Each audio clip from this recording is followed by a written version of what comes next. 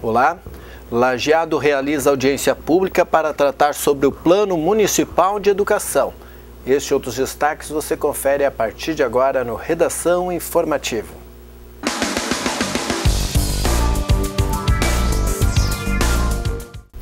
Um homem de 24 anos, com mandado de prisão expedido pela comarca de Estrela, foi preso na manhã da terça-feira no bairro Santo André, em Lajeado. Após denúncias de que algumas pessoas estariam consumindo drogas no bairro, o policiamento se deslocou até a rua Guanabara e abordou o suspeito. Em consulta ao sistema, foi verificada a situação de foragido. Depois do registro na Delegacia de Polícia de Pronto Atendimento de Lajeado, o homem foi encaminhado ao presídio estadual. Uma mulher que deveria estar em prisão domiciliar foi flagrada pela Brigada Militar em via pública por volta das 13h40 da madrugada desta quarta-feira. Foi na rua João Abbott, próximo ao Parque Professor Teobaldo Dick, no centro de Lajeado. A mulher de 29 anos foi apresentada na Delegacia de Polícia de Pronto Atendimento para o registro e depois foi liberada. Com ela, os policiais encontraram uma caixa com um par de sapatos novos, um cortador de cabelos, um relógio e um carregador de bateria. E uma carreta com semi-reboque tombou na pista por volta da 1h50 da madrugada desta quarta-feira na RSC 287. De acordo com o grupo rodoviário da Brigada Militar de Taquari, o acidente ocorreu no quilômetro 63, em linha Mangueirão, quando o condutor da Scania de São Paulo seguia no sentido Porto Alegre e Venâncio Aires. Ninguém ficou ferido. O veículo foi removido ainda na manhã de hoje. E um homem de 51 anos foi preso por embriaguez ao volante por volta das 2h50 desta quarta-feira na ERSC, ou na ERS 130. Em fiscalização do Grupo Rodoviário da Brigada Militar de Encantado, foi abordado no quilômetro 81 da rodovia um Agile que seguia no sentido Arroio do Meio Encantado. O motorista fez o teste do bafômetro, que acusou 0,37 mg de álcool por litro de ar expelido na contraprova. Como o valor configura crime de trânsito, o homem foi encaminhado à Delegacia de Polícia de Pronto Atendimento de Lajeado para o registro do flagrante. Foi estipulada a fiança de um salário mínimo para a liberação. Como não pagou, o condutor foi encaminhado ao presídio Bela Vista de Arroio do Meio. O automóvel foi recolhido ao depósito, já que possuía ou não possuía a documentação necessária para ser liberado a um motorista habilitado. E um morador de Alvorada, de 49 anos, foi abordado pela Polícia Rodoviária Federal no início da tarde desta terça-feira. Foi em Conventos, aqui em Lajeado, quando transitava com seu veículo. Em vistoria ao porta-malas do carro, a guarnição encontrou dentro de uma mochila uma arma de fogo sem registro, além de 10 munições ainda não utilizadas. Ele foi encaminhado à Delegacia de Polícia de Pronto Atendimento de Lajeado, onde pagou fiança de R$1.000.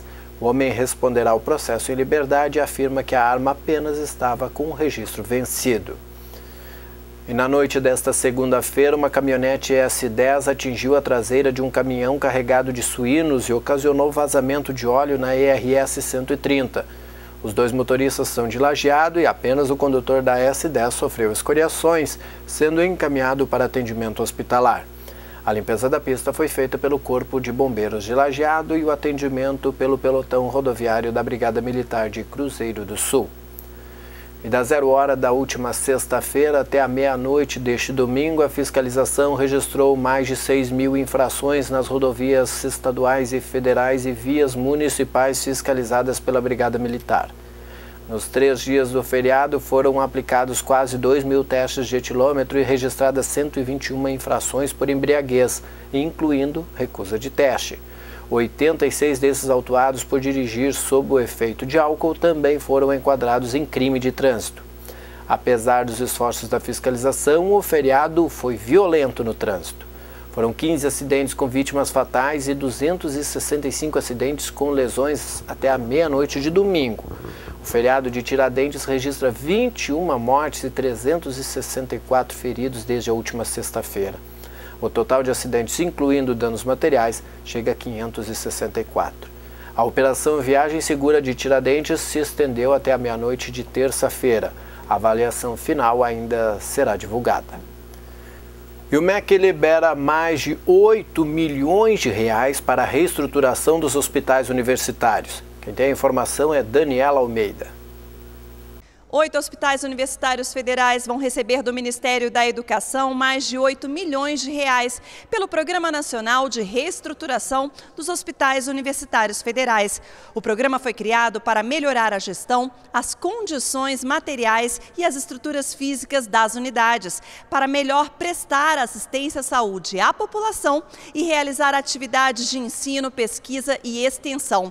Os recursos deverão ser repassados em uma única parcela e devem ser empregados, por exemplo, para comprar medicamentos, materiais médico-hospitalares e pagar serviços. A relação das unidades beneficiadas foi publicada no Diário Oficial da União.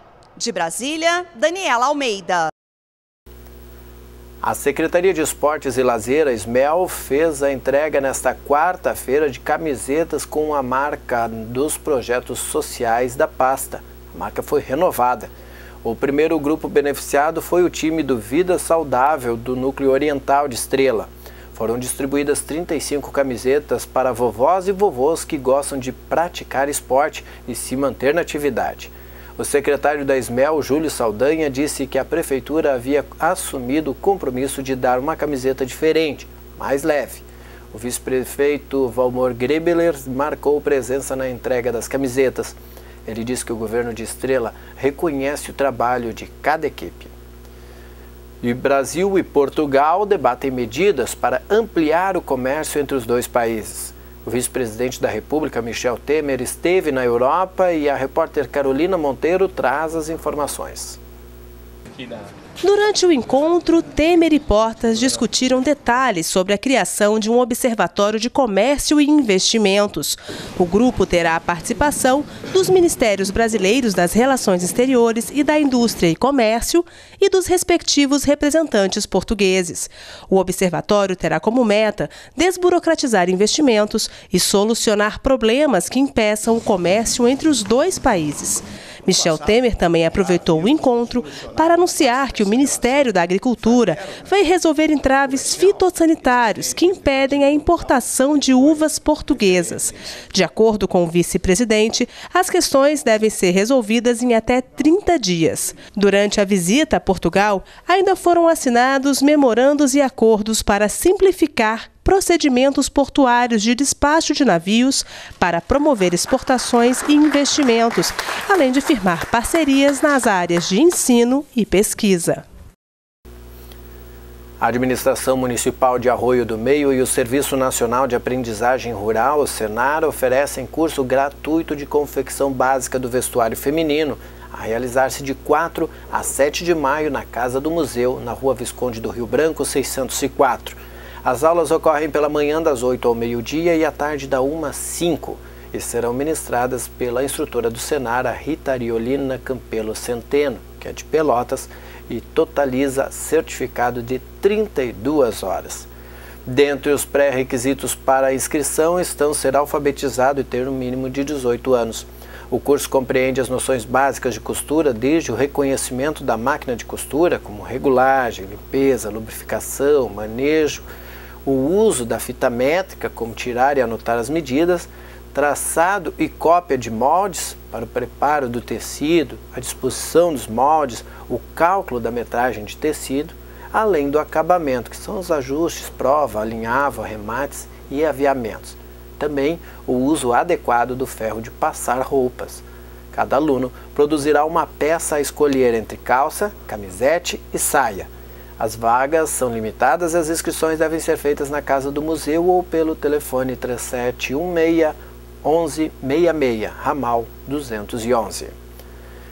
As eleições para membros do Conselho Tutelar serão realizadas no dia 4 de outubro em todo o país. Lajeado já está com o edital aberto para as inscrições. Veja com a jornalista Ana Gabriela Salles.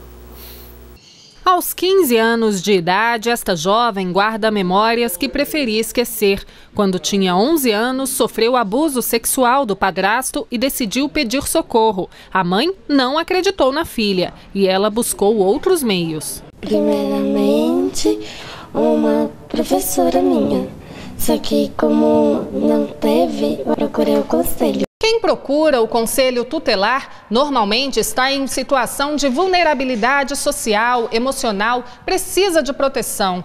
E o atendimento de um conselheiro pode representar uma luz no fim do túnel contra qualquer tipo de violação dos direitos da criança e do adolescente. É um órgão que a sua principal atribuição é trabalhar na questão da violação do direito da criança e do adolescente. Que tipo de violação? Na violência doméstica, o abuso sexual, mas também na violação na questão da educação, na questão da saúde, não é? Que é um direito, o direito também ao esporte, cultura, lazer. Atualmente, o Brasil possui 5.952 conselhos tutelares que atuam no combate à negligência, exploração sexual e violência física e psicológica. Também tem o papel de fiscalizar e aplicar políticas públicas voltadas para o público infanto-juvenil. O conselheiro é escolhido pela sociedade por meio do voto e, a partir deste ano, as eleições vão ser numa data única em todo o país. A ideia da Secretaria de Direitos Humanos é garantir maior transparência ao processo. Para o conselheiro, a data unificada também vai trazer mais visibilidade a este trabalho. Os olhos do Brasil inteiro vão estar voltados para a eleição, não é, que vai aí botar em evidência o trabalho do conselheiro tutelar, que é um trabalho que tem que ter coração, tem que fazer com amor. Depois de receber orientações do Conselho Tutelar, aquela jovem que sofreu o abuso vive hoje com uma irmã que também foi violentada pelo mesmo padrasto. Em busca de justiça, ela espera escrever um futuro diferente. O que ela quer ser? Advogada. A forte preparação dos Centauros na sua segunda participação na primeira divisão do Campeonato Gaúcho de Rugby já havia sido notada dentro do campo, mas faltava um resultado positivo. O representante do Vale do Taquari venceu o Brumers no último sábado por 34-10. Foi em Voti o jogo. O expressivo resultado rendeu ponto bônus e significou um passo importante para a classificação para a Taça Tupi em 2016. Pelo juvenil, vitória do time da casa por 53-5. O treinador dos Centauros, o argentino Martín Castilho, reforça a necessidade de aumentar o grupo. O jogo foi intenso do início ao fim. Logo nos primeiros minutos, quem tinha mais atitude para atacar era os Centauros. Não demorou para a abertura de Guilherme Zorzan, marcando o primeiro try dos visitantes em uma jogada individual. Minutos depois, Zorzan, em tarde inspirada, acertou o drop goal, que consiste em acertar um chute entre as traves que tem um formato de H, deixando o placar em 10-0, que se manteve até o fim do primeiro tempo. Na segunda etapa, o Centauros voltou decidido a ampliar o resultado. Os visitantes continuaram com maior volume de jogo e conseguiram mais 4 tries. Em boa troca de passes, o capitão dos Centauros, Nicholas Horn, ampliou. O centro Ricael Gregory abusou da força física para marcar mais um para os Centauros. O Brumers conseguiu descontar no segundo tempo, mas a reação foi freada após Nicholas Horn receber em velocidade e aumentar para o time de Estrela. Jean Lang ainda fez mais, fechando o placar em 34-10. Com o resultado, os estrelenses se firmam na 5ª colocação. Se mantiver o desempenho, os Centauros garante a classificação para a Taça Tupi em 2016, que é a segunda divisão do Nacional de Rugby. O próximo adversário dos Centauros será a equipe de San Diego, neste sábado em Gravataí. Mais esportes daqui a pouco no Papo de Boleiro. E as matrículas de estudantes com deficiência crescem na educação básica. Acompanhe a matéria de Daniela Almeida. Essa escola pública de Brasília funciona em turno integral para atender alunos do 1º ao 5º ano do ensino fundamental. O diferencial que chama a atenção da comunidade é que esta escola é inclusiva, promove a aprendizagem e o desenvolvimento pessoal de alunos com e sem deficiência, sem distinção, em salas de aula comuns. Qualquer avanço dessas crianças para a gente tem um significado enorme, né? A socialização dessas crianças com as outras crianças, o respeito das outras crianças na convivência com elas, né? O ajudar na hora de encher a garrafinha de água, né? O respeitar a fila. É o caso da pequena Joane, de 7 anos. As deficiências visual e motora não a impedem de brincar com os colegas. Além dela, outras crianças se sentem acolhidas pelo sistema regular de ensino. Eu gosto de brincar, gosto de correr. Eu gosto de estudar. Já deve fazer dever, andar conversar com meu amigo. O censo escolar, coordenado pelo INEP, Instituto Nacional de Estudos e Pesquisas Educacionais Anísio Teixeira, mostra que o número de alunos com deficiência tem aumentado.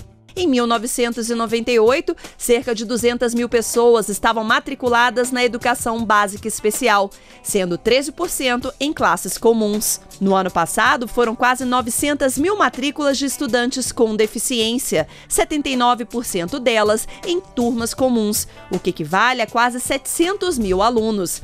A estudante sem deficiência, Linda Helena, há mais de 2 anos, divide as cadeiras da escola com este público no ensino regular. Tem nossas diferenças e convivemos com nossas diferenças. Os dados do Ministério da Educação revelam também que o número de professores com formação em educação especial tem aumentado. Em 2003, eram cerca de 3.700 docentes com esse tipo de especialização. Já no ano passado, este número ultrapassou os 97 mil. Todos os anos, a Secretaria disponibiliza cursos de capacitação para os seus profissionais. A professora Leia contabiliza 15 anos de magistério. Há 5, ela encarou o desafio de dar aulas a turmas inclusivas de alfabetização. Muita emoção ver as crianças crescendo, lendo, aprendendo, uma letrinha que seja, né? O Ministério da Educação repassou a 42 mil escolas de todo o país equipamentos multifuncionais para acessibilidade e 57 mil escolas já receberam verbas federais para adequar a estrutura física às necessidades dos alunos. A intenção é universalizar o acesso ao ensino público de qualidade. Coube ao Ministério da Educação e aos estados, municípios e Distrito Federal regulamentarem, né, procedimentos para não só ampliar o acesso, como apresentar condições de atendimento efetivo. Recusa de matrícula é ilegal e existem sanções no país.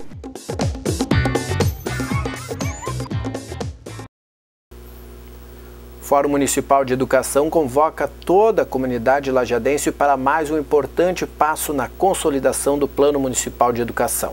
O documento, que está em construção desde 2014, deverá ser aprovado pela população em audiência pública. Anteriormente, a população teve a oportunidade de participar da construção através de sugestões e propostas à educação no município. A audiência pública ocorrerá nesta quinta-feira, às 7h15 da noite, no Salão de Eventos da Prefeitura Municipal de Lajeado, promovido pelo Fórum Municipal de Educação. Se aprovado, o documento será encaminhado à Câmara de Vereadores, passando ao caráter de lei municipal. Ainda é possível enviar sugestões para análise e discussão pelo Fórum Municipal de Educação, o grupo responsável pela elaboração do documento.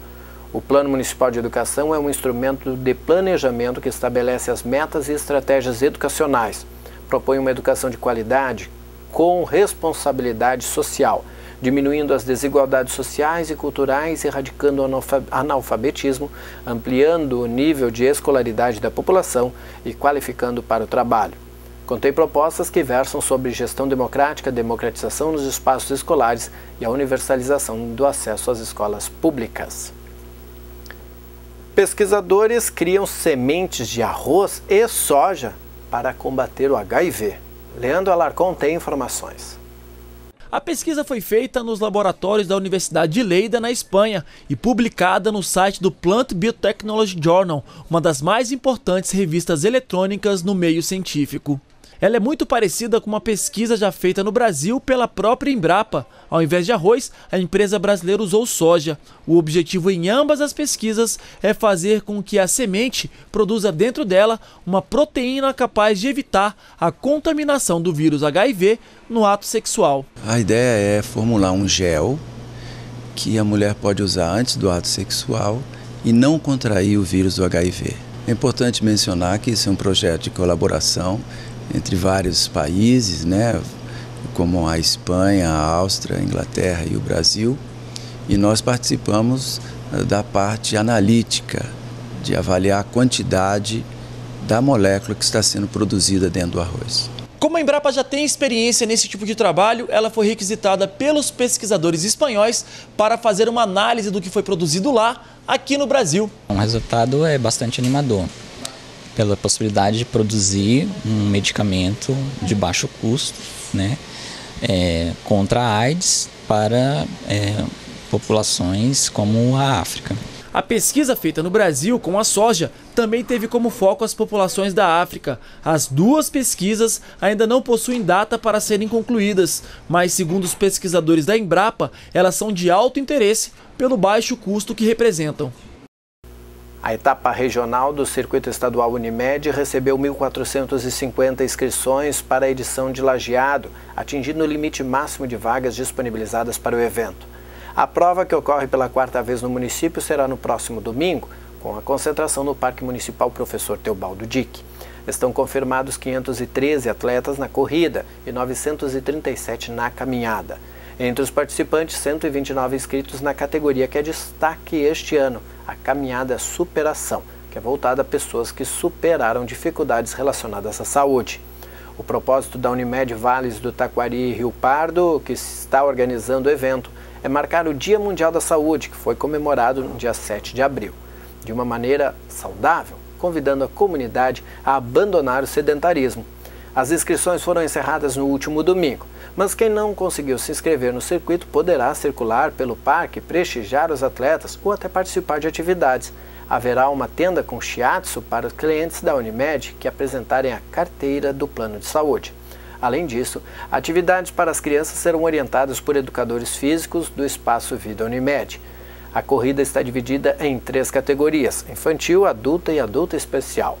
Os inscritos deverão retirar o kit de participação com camiseta e o número no peito no estande da Unimed Vales do Taquari e Rio Pardo das 7 às 8h30, mediante a apresentação de um documento de identificação ou do comprovante de inscrição.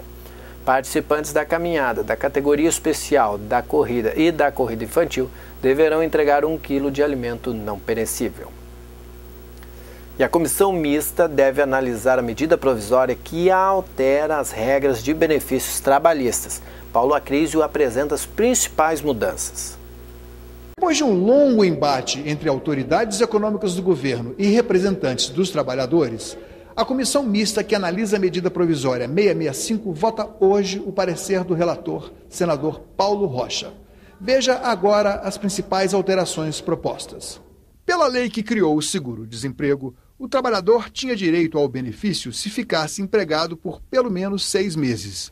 A MP triplicou o tempo exigido de carteira assinada para a primeira solicitação do benefício para 18 meses. Já o relator propõe um meio termo para o prazo de carência, 12 meses. Todos os ganhos trabalhistas têm como referência 1 ano. É o 13º, é a férias, é o direito à previdência. Para um segundo pedido do benefício, a medida provisória muda para 12 meses o tempo mínimo de trabalho da pessoa que foi demitida. O relator sugere 9 meses. E para uma terceira solicitação, tanto a medida provisória como o parecer mantêm os 6 meses. Quanto ao abono salarial do PIS/PASEP, tinha direito quem tivesse trabalhado ao menos 1 mês durante o ano, recebendo até 2 salários mínimos. A MP aumentou o tempo de carência para 6 meses sem interrupção.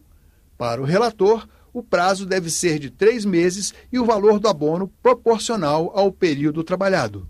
A proposta do Executivo também alterou o seguro-defeso, que é o salário mínimo pago aos pescadores que deixam de trabalhar na época de reprodução dos peixes.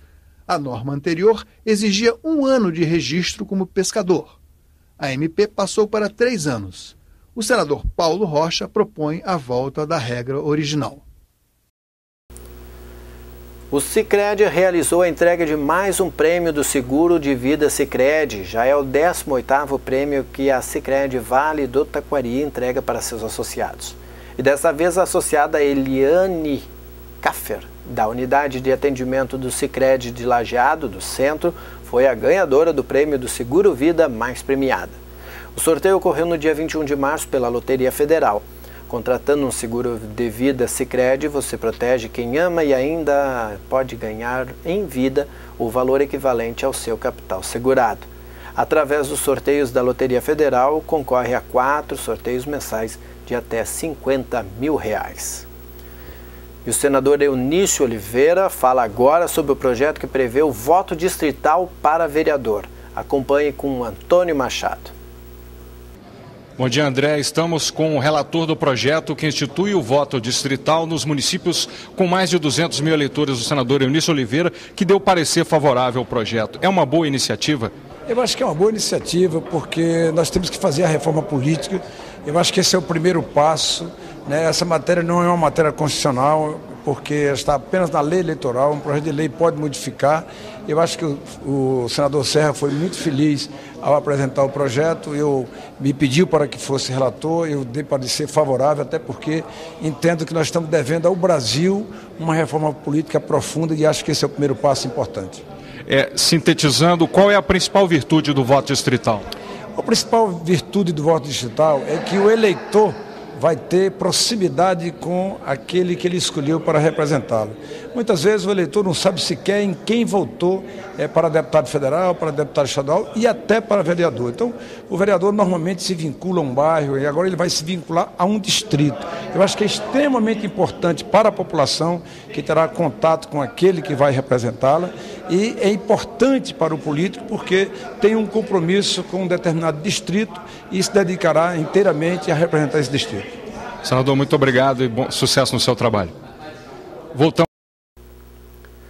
A 13ª edição da Feira Municipal do Livro de Antagorda ocorre nesta quinta e sexta-feira no ginásio do ESE, Colégio Santa Terezinha. Promovido pela Secretaria Municipal de Educação, Cultura, Desporto e Turismo, o evento terá como patrono o Sr. Demétrio Zufo. Um cronograma foi organizado para que todos os alunos do município visitem a feira, mas qualquer outra pessoa que tiver interesse também pode conferir gratuitamente. Conforme a secretária de Educação, Cultura, Desporto e Turismo, a Rosane Maria Mioto Giroto Marques, a escolha do patrono deu-se por sua contribuição com a história dos 50 anos do município, ajudando inclusive a resgatar documentos e dados importantes para a história. Demétrio Zufo também escreveu um livro contando relatos dos trâmites para a elaboração do processo de emancipação do município e estará autografando-o na feira. A abertura oficial está programada para as 8h30 desta quinta-feira. Ainda na quinta, às 7h15 da noite, a atriz Maiara D'Ameto apresentará o monólogo Guardador de Rebanhos. E às 8 horas, há o lançamento do livro Viver Sem Medo de Ser Feliz, com a autora Tânia Lázari Parisotto. Entre as atividades previstas também constam apresentações artísticas. A venda de livros ocorre das 8h30 da manhã às 9 da noite no primeiro dia e das 8 da manhã às 5 da tarde no segundo dia, sem fechar ao meio-dia. Veja mais notícias da região com o repórter Alício de Assunção. Ocorreu recentemente a primeira reunião de planejamento para a 22ª Noite Italiana no município de Progresso. O encontro, que aconteceu no auditório do Hospital Santa Isabel, contou com a presença de representantes da entidade, membros do Executivo Legislativo progressense, além de representantes dos órgãos e entidades da comunidade. Foram definidos no encontro temas como o valor do ingresso, patrocinador, cardápio e programação musical. O encontro foi finalizado com um jantar de confraternização. A Noite Italiana é um evento beneficente realizado pelo Hospital Santa Isabel e pela Prefeitura Municipal de Progresso, com apoio das instituições e da comunidade em geral. O jantar, que já faz parte do calendário oficial de eventos do município, chega esse ano à sua 12ª edição e acontecerá no dia 27 de junho no ginásio da Escola Estadual São Francisco. O Cineclube de Arroio do Meio retoma as sessões semanais com a presença de Ismael Canepelli. Integrando as ações do Tem Barulho no Museu, projeto Articulação, o Cineclube Real de Arroio do Meio, instalado no sótão da Casa do Museu, retoma sessões semanais de cinema gratuitas todas as quintas-feiras, às 7 horas da noite. A estreia está marcada para a próxima quinta-feira, dia 30, com a presença do escritor e dramaturgo Ismael Canepelli, que conversará com os presentes sobre o filme Os Famosos e os Duendes da Morte, produzido em 2009, com cenas gravadas da Ponte de Ferro do município de Arroio do Meio, dentre outros locais da região. Os ingressos para a sessão são limitados e gratuitos. Considerando o espaço físico do Cineclube, os interessados devem retirá-los antecipadamente, sendo que os mesmos começam a ser distribuídos a partir de segunda-feira, dia 27, na Casa do Museu em Arroio do Meio, localizada na Rua Visconde do Rio Branco, 604. As ações do projeto Tem Barulho no Museu são patrocinadas pela ES Sul, mediante recursos do Prêmio Empreendedor Cultural, segunda edição. E nas barrancas da confluência dos rios Fão e Forqueta, em Marques de Souza, o som de uma gaita de 48 baixos ecoa em boa parte do dia. Nada de anormal no estado onde o culto às canções regionalistas é seguido por grande parte da população, não fosse a idade e a disposição do gaiteiro.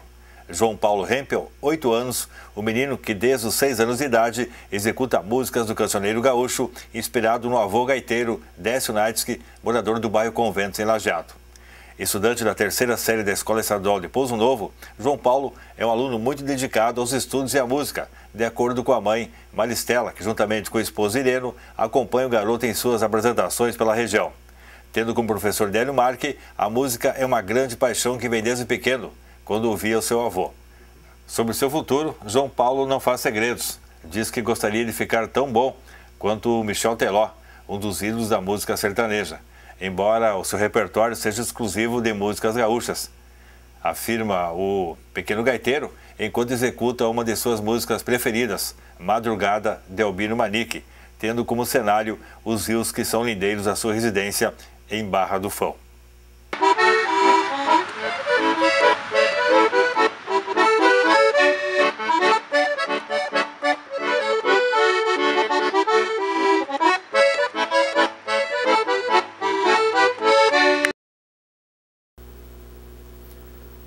Obrigado, Alício. O 17º Colóquio Literário foi realizado pela Academia Literária do Vale do Taquari, a Alivate, no auditório da Casa de Cultura de Lajeado. Na abertura, o presidente Márcio Cai fez um relato dos eventos que a Alivate esteve presente e de outros que serão realizados nos próximos meses. O destaque é a participação em feiras do livro, por serem considerados eventos importantes para a literatura e o enriquecimento cultural das pessoas. Na oportunidade, foi lamentado o cancelamento da Feira do Livro de Cruzeiro do Sul, que será substituída por um evento cultural. Para o debate literário, estiveram presentes 2 escritores, Décio Colombo, que falou sobre o livro de sua autoria Desmistificando o Coração Bomba, e ele fez considerações sobre os conceitos de que é ou do que é o coração que faz circular o sangue no organismo. Colombo recomendou cuidados com a saúde para evitar pressão arterial e a prática de exercícios físicos. O poeta e pajador de Arvorezinha é o outro participante. Rubem Alves Vieira falou sobre a produção literária. Ele tem 13 livros de poesias gauchescas editadas, além de mais de 3 poesias avulsas. Vieira é membro efetivo da Academia Virtual Brasileira de Letras, ocupando a cadeira número 545. E saiba agora como será esta quinta-feira com o jornalista Rodrigo Nascimento e a previsão do tempo.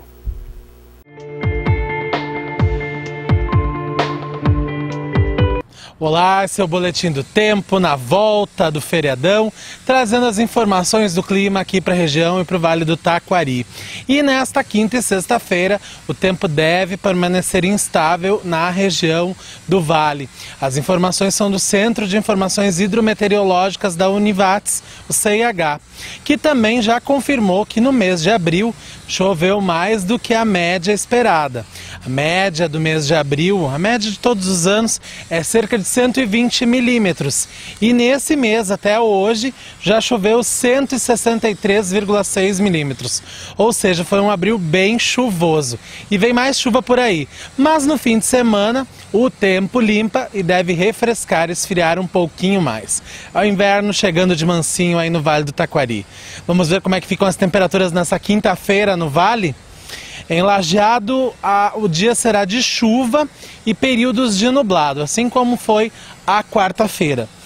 A mínima prevista é de 16 graus e a máxima pode chegar aos 25 graus nesta quinta-feira em Lajeado. Na cidade de Encantado, sol entre nuvens. Por enquanto não há possibilidade de chuva.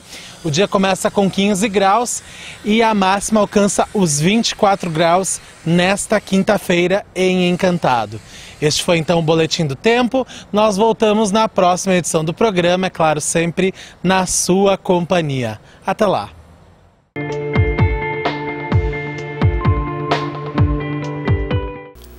Obrigado, Rodrigo. Este foi o Redação Informativo desta quarta-feira, 22 de abril.